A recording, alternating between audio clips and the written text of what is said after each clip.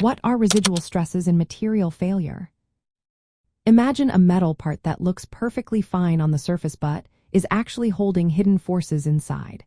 These hidden forces are called residual stresses. They stay locked inside the material even when no external forces are pushing or pulling on it. Residual stresses develop during manufacturing or processing, like when a metal cools unevenly or is shaped in a certain way.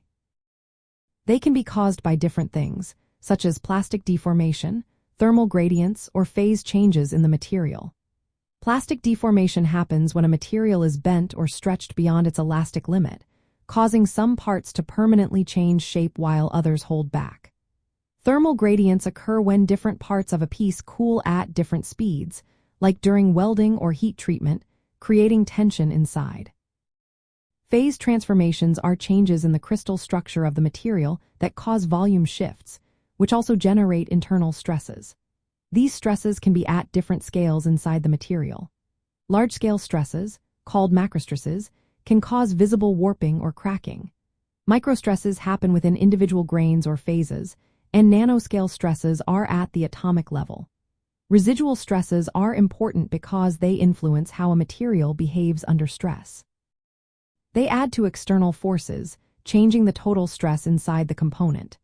If residual tensile stresses are present, they can push the total stress beyond what the material can handle, leading to cracks or failure. On the other hand, residual compressive stresses can be helpful. They can slow down crack growth and make the material more resistant to fatigue. Engineers pay close attention to residual stresses during manufacturing. For example, shot peening or laser peening are processes used to introduce beneficial compressive stresses on surfaces.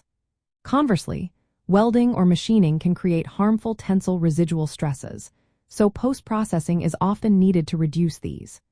Managing residual stresses is key to making products last longer and perform better. They can be the hidden reason behind unexpected failures or the secret to extending a component's life.